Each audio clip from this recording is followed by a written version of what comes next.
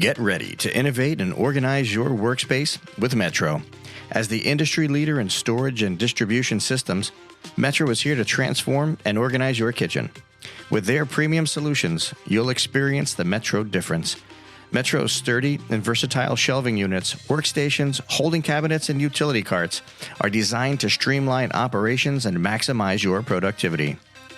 Don't settle for imitators. Metro products last longer and offer unparalleled quality and durability. Plus, the many customization options ensure that your space is tailored to your unique needs. Hey, we use them here at Walk and Talk. Say goodbye to chaos and hello to order with Metro Shelving. Visit their website or contact them today to start designing your perfect space. Metro Shelving, your partner in organization and efficiency.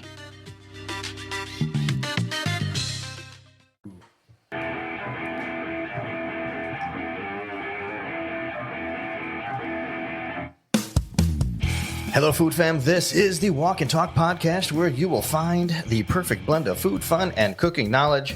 I'm your host, Carl Fiadini. Welcome to the #1 food podcast in the country. We're recording on site at Ibis Images Studios where food photography comes alive and I get to eat it. If you missed it, be sure you catch last week's episode with chef educator Suzanne Greer. She's a firecracker and she's a great human being. Go back and listen. All right, I'm into quality-made smoked fish dips and spreads. I know you are too. Check out our friends over at Crab Island Seafood Company. One of my favorites is the crab rangoon. It's delicious. Visit them at crabislandseafooddip.com.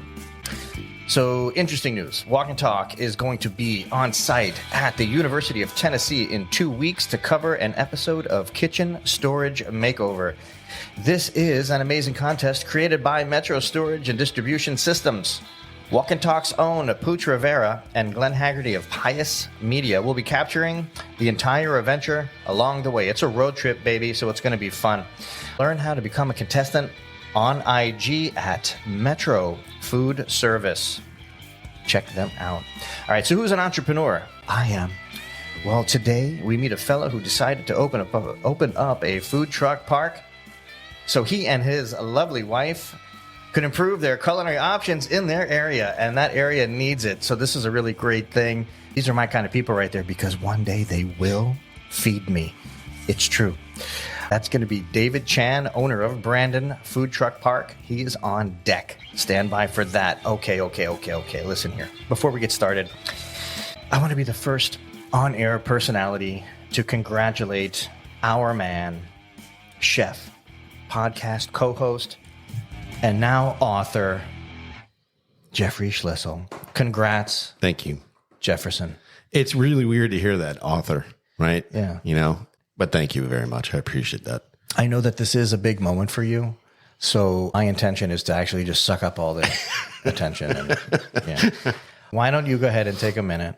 Maybe 30 seconds, as per what John says. Take a few seconds here to explain what the book is and where people can find it. The book is a hybrid, really. It's a cookbook, self-help, and it was pretty much started, my friend Amelia Levon said, why don't you do a cookbook on mental health? And I didn't want to come out the gate doing something that's straight mental health. I mean, obviously being a chef, you want to do something different. But I think one of the things in the restaurant industry that we have and we need more of is people that know that it's okay to not to be okay. And mental health is a big thing with me in 2018. I really became an advocate and did a lot of presentations for the American Culinary Federation, Cater Source, and different other entities that I've been talking about mental health. And it's just my journey about food addiction. And I wanted to do something that showcased things a little bit differently. And the point of the book, or the message of the book, is being conveyed in the right way. And I love that because that's the thing that you want to do when you develop a book, is you want to have that message out there if it is about a message. So I have the book. I bought it, and apparently I bought it at a higher price. Thanks, Amazon. But that's fine. For you, man. I appreciate that. For you, I spend the extra. I'm not making that much scuttle from it, trust me. You will, though. This is going to be a big deal for you. I mean, wait, where are you ranked right now? 19th in self-help, 1,006 in cookbooks, which is there's 100,000. And then there's 32.4 million books on Amazon's shopping cart or platform. That's the word I want to look for. And I'm ranked 25,000, and we just launched Friday. Yeah, that's really awesome. I have it's sitting on my kitchen table, and I intend to dive into this thing. I just got it like a day and a half ago, so I need to carve out the time. But I understand. I mean, you kind of kept it quiet for a long time as this thing was getting put together. Apparently, John and I are scattered throughout the book. There's a lot of people that have touched my life in a way that I wanted to showcase how they helped me through my journey, or to turn me into the person I am today. One in particular was Cleve Brown, who is the manager to Kool and the Gang. And if you look through the book and you see Kool and it's spelled Kool, I'm showing props because he had such an influence on my growing up in my 20s. It's almost like a celebration. See what you did there. Yeah, that was a dad joke. Yeah, totally 100%. Cleve's going to love that. Oh, yeah, it's for you, Cleve. But what's funny is I've gotten a lot of people that have reached out to me and said, listen, what I know from his book is it's okay not to be okay. And you're never alone, and you can reach out anytime.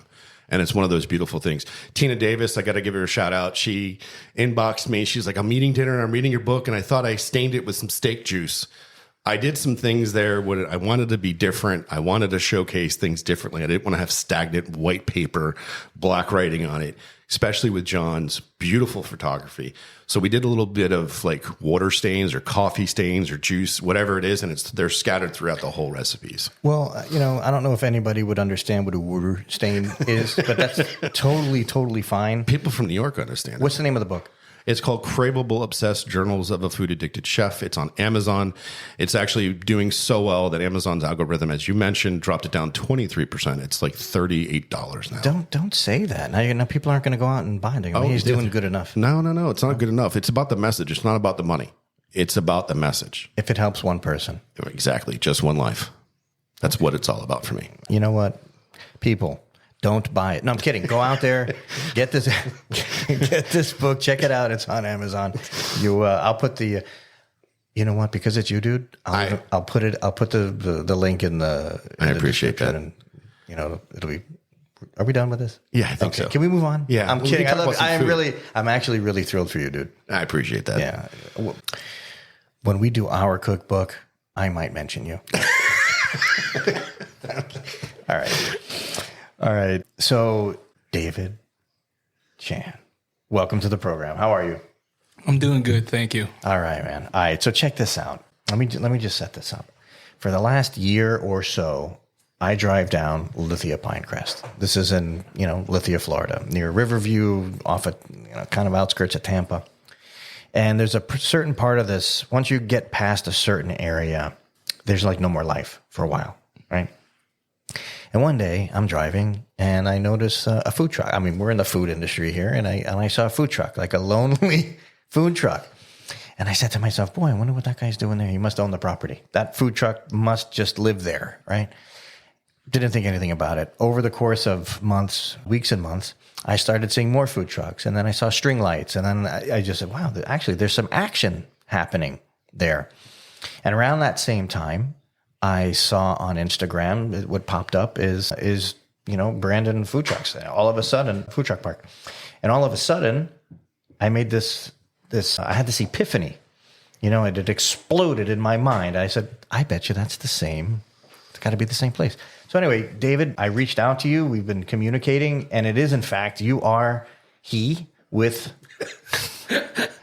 with the truck park, and I think that's really awesome. So congratulations on that venture.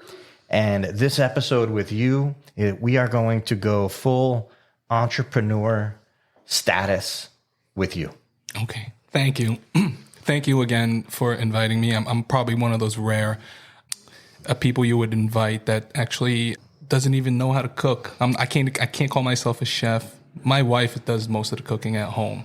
But what we created in our vision, I think it would definitely have a great impact to entrepreneurs out there, new startups, food trucks, because there's a lot of struggles that they have when they're mobile, when they're traveling around, when they're finding water, power, and they have to stay compliant at the same time. Well, your value proposition when you first started this off was very interesting. As we had a conversation on the phone yesterday, you explained that you didn't charge. Yes, that is correct. Talk a little bit about why. I didn't When we first invested into this property, we thought that if we were able to concentrate food trucks in one location to become a food court, not only myself and my family can enjoy it, the community can enjoy it as well. And that also gives a leg up to new trucks or any trucks that are out there trying to, make a living. So when I started this, I was thinking, all right, let's just not charge anything to park with us and see how that works out. And even then, still, like you mentioned, when you drive down Lithia, you may have saw one truck, 2 trucks, 3 trucks, and maybe a week later, they'll never open. They usually close. There'll be more trucks later, and then they'll go. It's just the nature of food trucks. They're mobile, right? So to kind of retain them in one location and have them build foot traffic it's a struggle. It's a balance that has to be, it takes time in order to build that food traffic.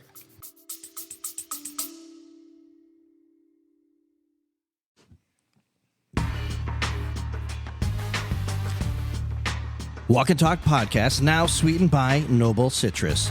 Bite into a juicy crunch tangerine, 40 years perfected, seedless and oh so tasty.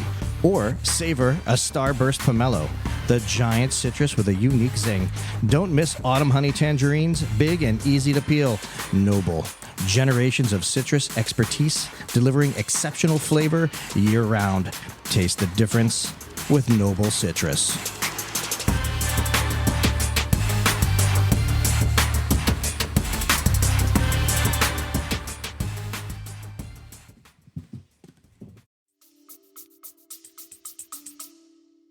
So what do you do to generate not just traffic, but an experience? What do you do to bring people in on a regular basis in order to have the truck owners, keep the doors open longer, make themselves more available, whatnot? When you're building a park like this, it's a very unique business. The way to kind of capture and motivate trucks to stay and retain with us would take you to sell your vision to them. You would tell them about what the plans are, if there's a time frame, how we're going to achieve it. And, with that, some trucks do understand and see the vision there and believe it, and they would actually commit to it. So some of these trucks have been with us for longer than half a year. And some of those, during that time, there wasn't much trucks at all. So some would stay, some would go. But over time, we'll collect a good amount of them. Tacos. That's your favorite truck? It's one of my favorite trucks. And the barbecue, and the ribs. The barbecue ribs. Yes. Okay. So they're there. Are they kind of like staples or anchors in that park right now? More or less, yes. Okay. Is there, I'm going to get to something here. Is there a pizza truck? There is. Now, wait a minute. We spoke on the phone, and not very many people that I have conversations with can understand or appreciate Spumoni Gardens, the L&B. We must. You see that face? I didn't, but we must find, as I'm looking this way, we've got to find how to get that kind of pie, or I should say squares, here, man. What do we do? Do you know a guy? We could use the house. Yeah, we could use the house to do that. I mean, there is a vacant house there, right? There is a property on the lot there, and we can do that. But there is one challenge, though, which I have looked into it. I think the water down here. I knew you were going to do it. I knew you were going to do it. There is going to have to. There's definitely a difference in the water. I think that may change. Just here's why I don't think so. You don't think so? Okay. I don't. There's a place not far from where I'm at. So I'm a little bit further south of you, where that property is. And of course I can't think of the name right now, but there's a pizzeria not far from me. The guy's he's actually from Brooklyn, and he does a fantastic job. Now, it's not like it's no L&B, but it's really good. There's only one L&B. Stolen water. All right. And I don't think the water has anything to do with how they're going to put out that product. With that said, we need to find a suitable alternative to Spumoni Gardens. Yeah, but the other problem too is, here's the thing. Like for me as a chef, I travel to New York, and that's where I want to go to get pizza, is that place. But if I'm here in Florida, I want to go to a place that's going to have really good pizza. So let it be the one. And there, to your point about water, there are some pastry chefs that will be listening and be like, water has no effect. It's actually the flour, it's the sauce, gravy, cheese, like it's all those different accoutrements that are going along with it. Water to me is not that, it's irrelevant. Like, well, by the way you say it, we know you don't care about it. No, it's you bastardize it. But Brooklyn water bagels, they were all, it's going to be just like it's. You know what's funny about that? Real quick side note, being families from up there, grew up there also for a little bit, and how, oh yeah, the water's so good, you drink it. But you know how old the pipes are there? You know what I'm saying? It's super old. They're like 100 years old. That's older than that. More than that, yeah. And do you know how disgusting that's got to really be? I would agree. But even though when you drink it, it's good. But really, is it? I don't know. I mean, after going through those pipes, and most of the houses there are older than probably all of us combined here, but he's pretty old. He's pretty. I was waiting for it. But going back, that there's actually a machine online. If you go on Google, there's a machine online that actually says that it does the same type of filtering New York does. So you're actually able to buy that machine and create New York water. Now, again, yes, it's probably, that's just... Does it come with a bridge? Does it come with a bridge? Is it the Brooklyn Bridge? They sell you the Brooklyn Bridge too, right? Well, no, I want to know, does it have the contaminants that are in the water too? Does it put that in there? I would absolutely... We are talking about New York. It's not the cleanest place. It comes with. Listen, it's a different place today than it once was. I agree. I absolutely agree. All right, so let's get back to the park. And by the way, we're not going to forget about the empty house and all the cool stuff that there are many potentials. Because I don't know if you noticed or knew, but we're doing cooking events. So part of our success, I feel, is the fact that we don't just get behind a mic and talk and maybe say something funny once in a while or whatever. It's actually what we're doing. So we are doing dinner collabs with high-end chefs and high-end restaurants, and we're highlighting farms, and we're doing all these things, and we're connecting brands and buyers. We're doing a lot of stuff. So when you're talking about having a house to throw a party per se, yeah, man, there's a ton that we can do. But let's talk challenges for a second. Yeah. How rough is it to keep the park full? Like how are you finding actual trucks? Yeah. So aside from offering 0 fees to park with us, 0 commitment, on top of that, again, going back to sharing the vision and doing more development into the park, what was actually a turning point was when we started adding electricity, water, potable water, wastewater, commercial waste bins, restrooms, everything that they need to be compliant. That kind of started helping with them to kind of work with us and grow with us. So that kind of kept retainership. But again, still the challenge of having them continue to operate at the schedule that they originally told me they would. I love that one. That becomes difficult, right? After a couple of weeks, again, the nature of trucks, they're mobile. They can come and go if they wish. So it was a challenge, but I think the main ingredient in order to build a food truck park, and this is to all other food truck parks that has reached out to me, that spoke to me, I told them the same thing because we fought the same struggles, that it just takes time, commitment, and don't give up and keep going. I'm not saying that we're successful in any, from the park, from what I envision it to be, is still a long way to go. there's still a lot more work to do. I mean, they have these mobile axe throwing, the axe throwing Yes. stuff, like between that or Carnival type Carnival of things. type- yeah, exactly. There's actually They also have mobile bar units that can be there too. sure. So there's a bunch that you can definitely do. I had yesterday's funny. A mobile cell phone repair trailer reached out yesterday and asked to park, and I'm like, I don't think that kind of falls into food, but this is just a lot of things.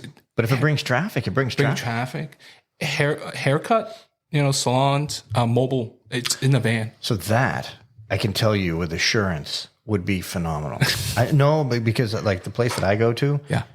I've been in Tampa area for about 8 years, something like that. And I usually keep my barber for decades. That's just how I get down. Yes. The place that my barber's at, the AC is always out.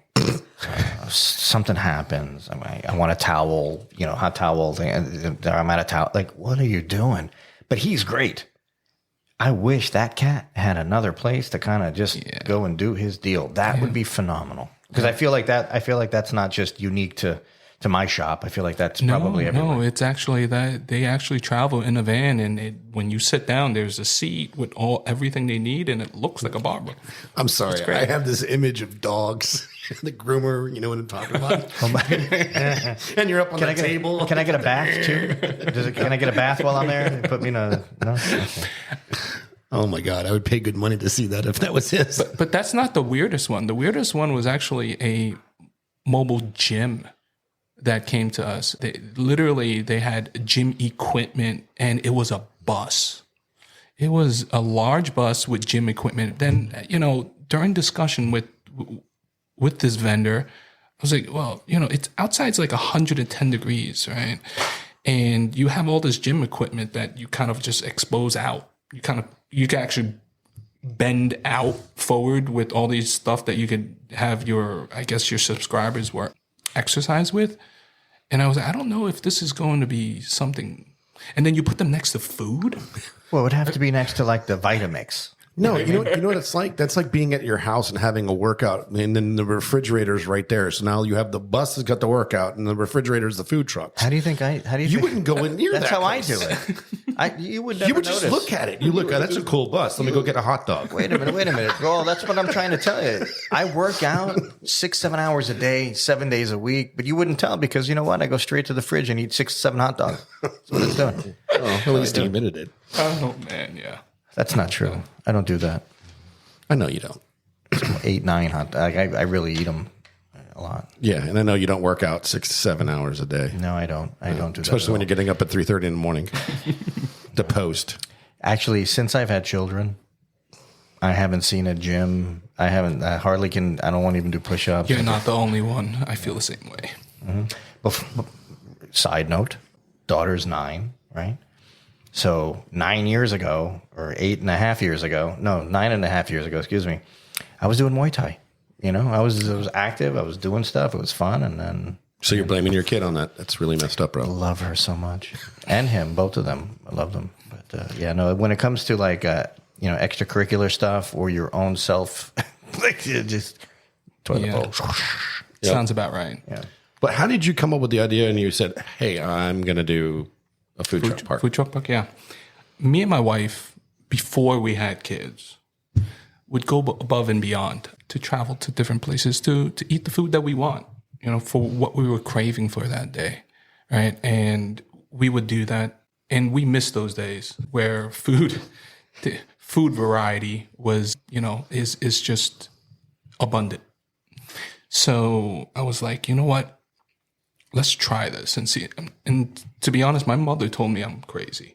Right? She's like, what are you doing? Just build a house on it and do something else with it, right? Or lease it out to somebody else. And I'm like, no, I'm just gonna try to park food trucks and see what happens. And it was wooded there too, so I had to cut down all the trees. There's a ton of trees, and after you cut all the trees, then there's all this mulch on the floor that you have to wait and it starts rotting. And there's just a ton of things that had to be kind of considered and worked out. But, over time, one of the things that that it's valuable to me is, other than the experience, it's meeting these people and understanding their struggle. Because all of them have unique struggles. Some more or less similar, but all of them have different struggles. And when talking to these people, you learn a lot.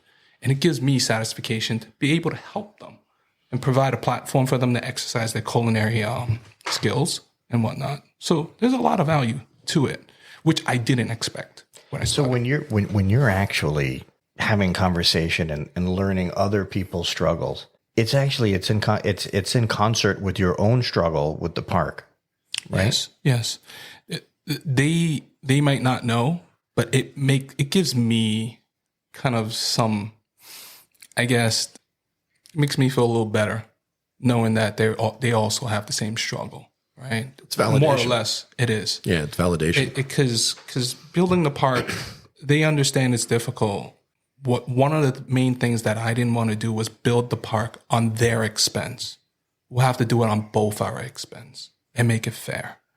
And I got a number of trucks that have came over to me from other parks, and which has told me that, the way, the method I'm doing it, or the philosophy I'm applying to this, they feel is, a lot more sustainable than, maybe elsewhere. I can't speak for any other places, but, they think that something like this is worth their time.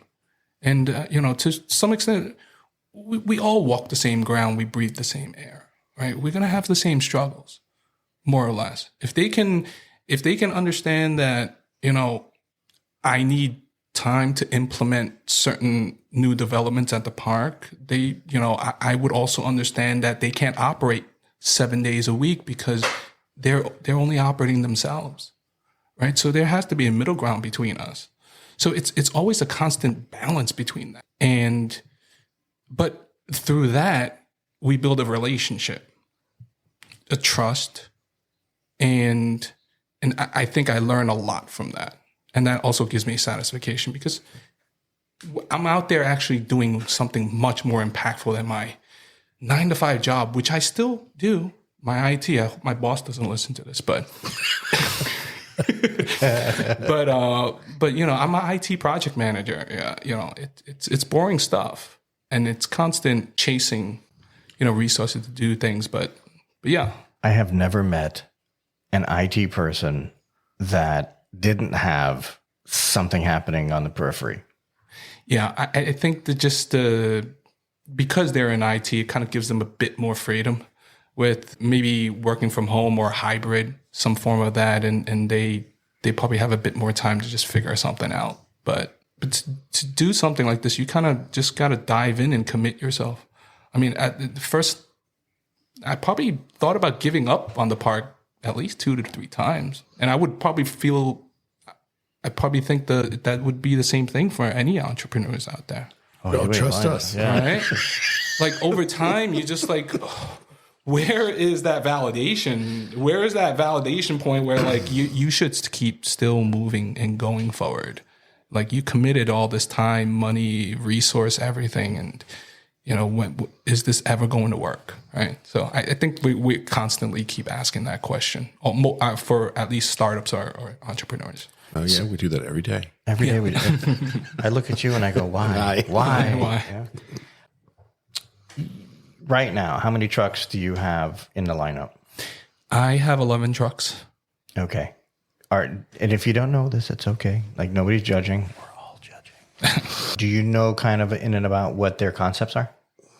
Concepts, meaning what they serve, right? Yeah. So you got tacos. Yeah, ribs. we got tacos, we got barbecue, we got Pupuseria trucks. I actually don't know what it's. Pupusa? Pupusa? Pupusa. Yeah, pupusa. So that's basically like an arepa and it's stuffed. It's a cornmeal. Okay. Yeah, it's actually an Ecuadorian, El Salvadorian kind of street food. But Buddy of mine used to do that at Grandview Public Market. We have some chefs from Hard Rock that also created some special, unique dishes that I don't know if it's a specific cuisine, but they have some food that they also provide there. There's also vegan option. There's pizza, as we mentioned earlier, and a lemonade truck, coffee truck, a Philly cheesesteak truck.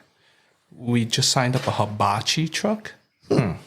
And we also got soul food coming along as well. Ice cream. And there's actually a couple of trucks that park with us that don't operate, but they always pull in and out for events. Okay, and they would use the service there. Again, most important thing for them is to be compliant. So wastewater and getting potable water and all that. What kind of events could be done there? Did you have anything in mind? We actually have an event this Saturday, and where we invited a bunch of non-food tent vendors that are setting up tents, selling little crafty stuff. And then we also got a bounce house. I think there's also a DJ and, for music. And we're just running a little event just to see how it goes. This is probably our first one this year. And then, kind of limitless if you think about it on type of events we could do. Yeah, I'm curious what the property. So I've never stopped. I see it, because it's usually I'm heading to a specific destination and there's no deviating off of that. Correct. When I'm going down that road. But I do want to go and check it out just to kind of get the layout of it. Because I know you said you've done a lot of work there. Yes. And I figured as soon as I saw the string lights, I was like, oh, they're doing something fun. Like that's going to be a fun place. Right. Yeah. Yeah. We're trying. I just recently got 5 truckloads of dirt and crushed asphalt, just trying to pave more of the roads, because as we're getting more traffic, the roads are just, getting worse. So just did that. There's a lot more development to do, but if you do stop by, if there isn't enough parking on site, there is a lot of parking across the street where there's about 30 medical offices. And I know the property manager there, which we have kind of worked out. So most of the time, if we do run events, is on the weekends. There's no one parking in there. Did you have any challenges with last week with the weather? Oh yeah. So one of the things that I do pride myself in hiring a very great manager who is also an electrician. His name's Rob, and his wife Jen, who helps maintain the park. The power was fine. Every truck had power. So remember, these trucks, when they park overnight, if they lose power, all their goods can be gone. Okay, so that's a major thing. So one of the things we tell all the trucks is to buy this little monitor that they can connect to Wi-Fi. If power goes out, there's an alert. There's an alert that goes out there, right? So that's one of the things that but other than that, because of some low spots in the park, I had to get extra dirt and crushed asphalt just to cover so we can get the floods, little puddles of water to kind of just mitigate that. Jeff, you pointed at him when he was talking about the Wi-Fi and the thing. IT. Right? Of course, this guy would know. None of that dawned on me. You can turn that whole thing into something very tech-driven. Absolutely. There is so many things you can do. This up here started he could do movie nights, drive-in movie. And then you have all the concessions there. There's different themes you can do there. My head it's already going. My question to you, is there a truck you're missing? Because you said that you started this because you wanted different food venues. Is there one out there that you were like, I wish I had that truck? Yes, I would. Some of the trucks would be Asian trucks which serve some Asian food. We cover most of the ones out there, but there are some trucks specific, maybe like dessert trucks, maybe more desserts. There has been a lot of tent vendors that has been reaching out, and they would bake bread. Some of them would do, crab rangoon and a number of things that they would reach out, but trying to put them out, providing space for tent vendors. The way we design the park is more catered to food trucks. So the rent rate right now that we're trying to, that we have in design is kind of encapsulates all the services there that the tent vendors may not use. So, it was kind of difficult. And plus tent vendors also need licensing. So A lot of them do decide to just operate during the Saturdays and Sundays. So I know there's a demand. I think one day we're going to just cut out a section just for tents and see how that works out. But there's a number of things that we can do on different events. And do you vet them coming on? Like I try as much as I can. If you need somebody, he's a professional taster. I'm pointing at the Carl. Well, I am, in fact. What I do is that any truck that do park with us, I do tell them that, listen, we gotta walk the park together. Let's talk there, and just make sure that we have what we're able to provide what you need to be successful here. Are they required to be? So let's just say most food eateries or whatever, they're going to be busy Thursday, Friday, Saturday, Sunday, something like that. Are they required to be open and there on those days? Yes. When I do speak with them and I tell them that if you're going to park with us, it's mandatory that you have to be operating at least 3 to 4 days a week. Now, as you can imagine, as I mentioned earlier, juggling between gaining momentum with foot traffic and making sure the trucks, find it worth it to stay open longer has been a big challenge, right? So you could just imagine, right? If you're fighting that, and then I'm trying to mandate that you operate at this certain, schedule. It's a dance. It's a dance, and it has to be that way for quite some time until they notice that, hey, wow, there's a number of other trucks that believe in this place. Then they will actually commit themselves a bit more. But then over time, some of these trucks realize that their consistency is actually paying off, like the taco truck, like a couple of other trucks that they noticed that consistency was paying off because the customers could rely on them being there. That's a big thing. So when they started seeing that, they're like, oh, okay. Then they started committing to open more hours, and they won't be leaving earlier or shutting down earlier, or whatever the reason is. Are you marketing at the same time? Like that part of that common area maintenance, obviously the CAM, you're marketing. How is that going? Is that a selling point too for the trucks? Yes. I would tell them that the park itself would do advertisements on social media platforms. I recently bought a giant inflatable gorilla that has our logo on its chest. It's 26 feet tall. Bought that from... I have Jeffrey. I was waiting. We can inflate him at the bar. I was going to go after you, and I was waiting. I'm like, nah, I'm going to let him have this one. I had this crazy idea of putting that inflatable on top of that roof on the house there, and just have it stand up. But do you get challenges from people who live? I got to believe that's an actual absolute yes. He has challenges. From he didn't even let me finish the question. No, he was already. He already answered it. He's still laughing. You could say that I do have personal contacts from the code enforcement health department. I have their numbers. They have mine as well. Not because I know them personally, right? Yet. No. He does know them personally because people probably are calling, complaining.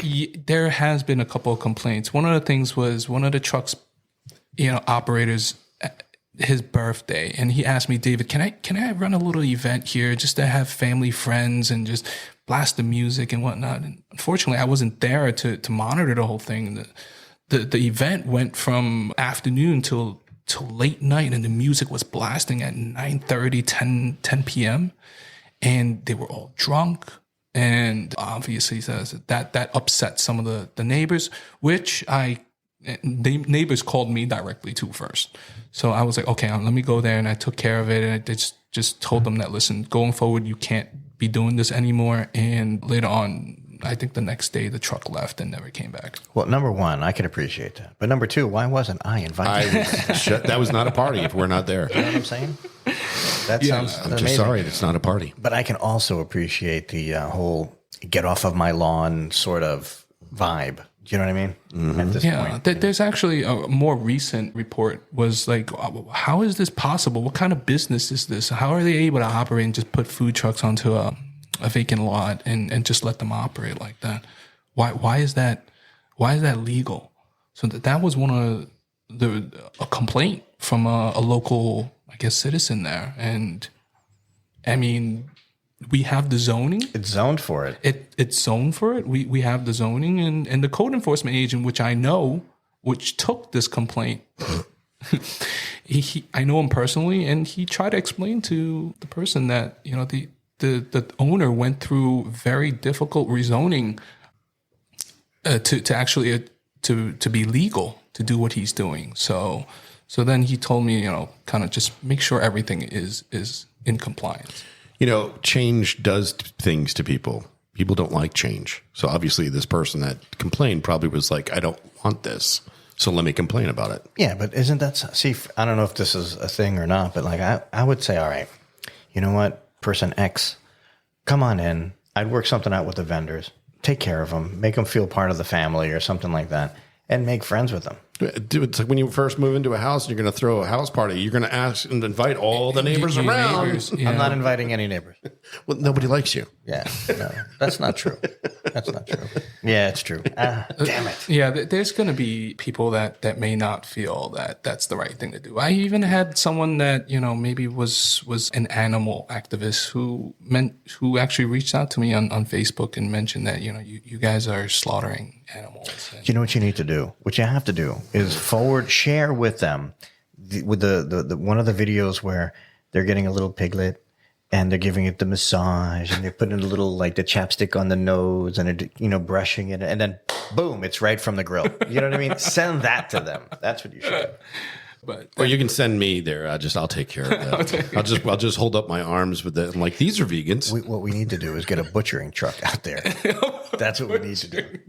Literally killing the animal. Yeah, right? like literally. No, I would not. Not to put I would it down. butcher, but I would not put down. Yeah, not put down, but to break down is what we're talking about. Yeah. You want a veal chop? No problem. I got one. Come here, want a ribeye? Come here. You know, that makes it How many pounds of beef you want? Exactly. But now we're talking. Yeah. You know, and if we really want to shake up the neighborhood, that's what we do. I just want to point something out to both of you. You started the podcast and the media so that you can eat. Mm-hmm. He bought property so he can eat. Yeah, we're very much the same. Yes. Good observation. Yeah, I was just making them like, you thought of this and he thought of that. You know, your intelligence goes beyond where I think that you really can expand to. I'm just trying. He's pointing to the book. You're an author. Yeah, anybody can write a book. No, I mean, your name is Arthur. That's what I mean. All right, David, last thing, advice. Food people, non-food people, IT people, entrepreneurial kind of a guidance or advice. What say you?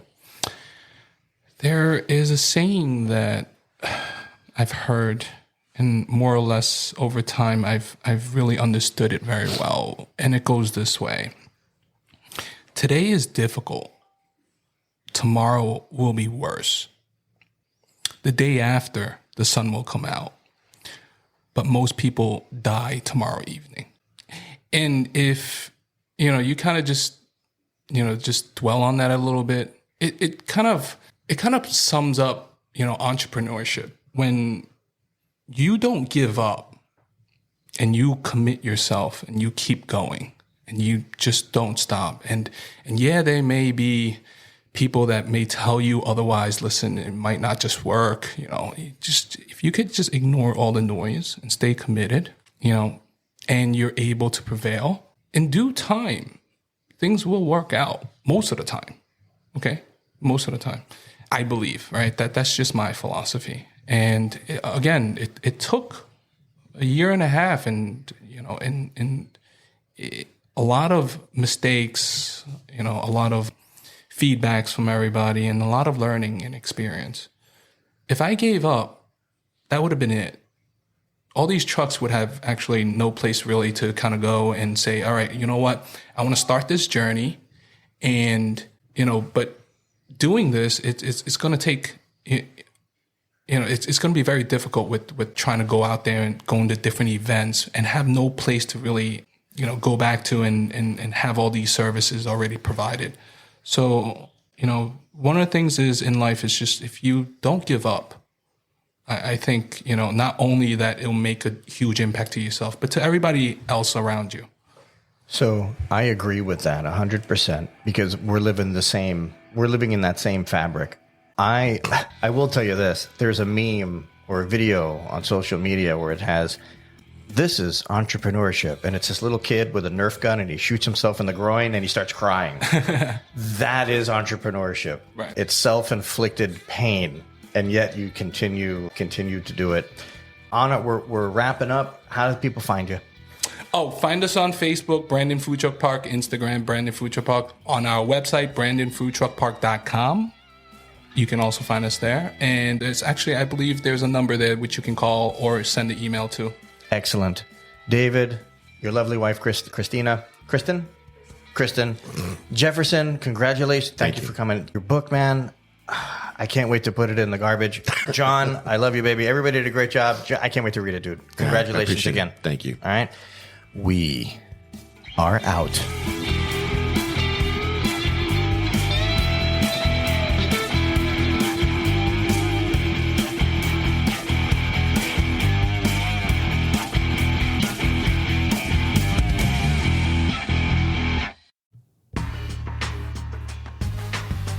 Let me tell you about my friends over at Citrus America and their amazing juicing equipment. They're revolutionizing the way you enjoy freshly squeezed juice.